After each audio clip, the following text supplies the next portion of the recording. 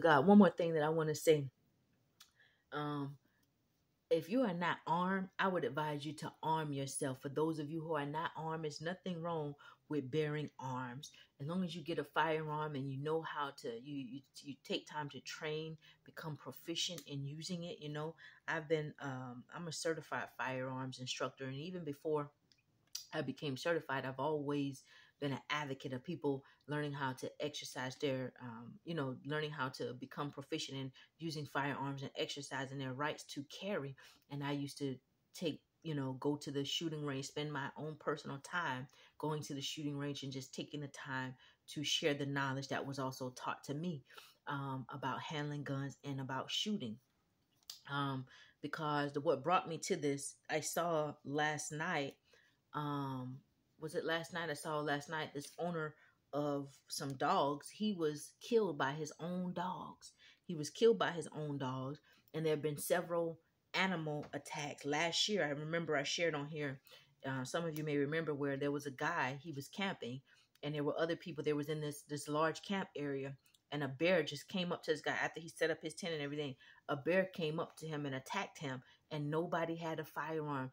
People tried to yell and throw things, but that bear viciously attacked that man and killed that man. Had they been armed, they could have taken the bear down, and that man would have still been alive today. He would have had some scratches or bruises, but he still would have had his life. Then there was a elderly woman. She was out walking. I think somewhere in her neighborhood, an alligator came from out of nowhere, attacked and ate this woman.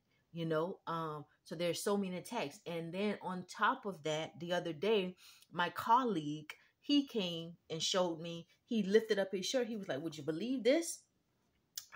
Because when Daniel and Monte were jumping on, he always plays with Daniel and Monte. He was like, He didn't want them to jump on him, right? And I was like, "What's up?" He was like, he pulled up his shirt. He was like, "Would you believe this?" And it almost looked like a child's, if a child bite, it looked like a teeth marks to the top and the bottom, but it was so red on his skin, so deep. And I was like, "Oh, what was that?" It was right under his like chest like area. And he said, a dog bit me. And I was like, "What?" He said, "Yeah." He said, "We were on our own property. They live about 30 minutes from where I am, on about 2 or 3 acres. And so their neighbor's dog got loose, came down, and this dog had already jumped on a little girl. It jumped on another neighbor. And so they try to be friendly with their neighbor to tell him, keep your dog in. But this dog actually bit him this time.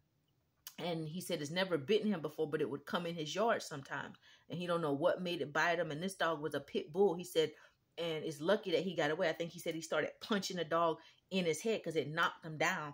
And, where that dog bit him, it could have ripped his skin off. It could have, done a lot more damage. But he said he started punching the dog in his head, and he didn't have a weapon or anything on him. He was just outside in his driveway, and the dog kind of released him. He was able to get up and go into his house, and so it's crazy. You never know what type of threat may come upon you, but it's good to arm yourselves, and if you don't believe in carrying arms, it's no pressure. It's okay. It's your choice. But if you live in an area where you can go to a shooting range and you can get your concealed weapons or whatever, a lot of states are going, many states are on board to support the citizens' right of bearing and carrying firearms, which I think is an excellent thing. And so if you live in a state where you can get access to a firearm and you can get to your shooting range and start learning how to shoot, the more you use it, the more you handle it, it takes away that anxiety of hearing that pound, that loud bang, that trigger pull. You become more and more accurate till you can just, slowly squeeze your trigger. And it's a fun sport as well. Even Jesus said it when he was with us, we didn't need anything. But he said, if any man doesn't have a sword, go and sell your garment and buy one. Right. But it doesn't mean that you have to. If you just don't have, I had an aunt, she had a phobia of guns. She did not like a gun. I bought her I bought it for fun because I like to joke, but I bought her this long handle gun and I took it to her and she wouldn't even touch it. She just turned her head. Then one day I bought her a machete. I said, "Would you hold the machete?" She held the machete, but she was like, "I just take a bat." She just had this phobia of firearms, which is not a problem. You know, it's if you don't like firearms, if you don't want one in your home, that's fine too. But you know, my advice is being out, you need to have some type of personal protection, because you just never know what type of threat you may encounter.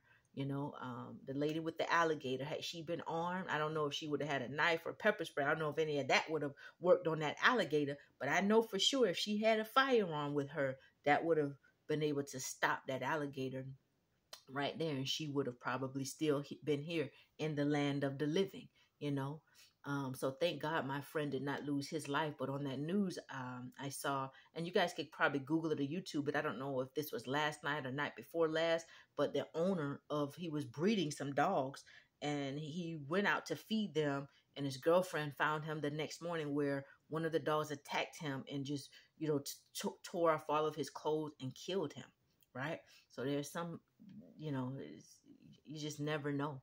Dogs can be vicious. Different type of animals can be vicious, and I don't know what he was breeding them for and how he, you know, bred them. Because I know sometimes they say when you inbreed, when you mix breeds, that can cause chemical imbalance and stuff. I don't know, but my thing is, it's good to have some type of personal protection when you are out and about, and keep your head on the swivel. That's just my little 2 cents.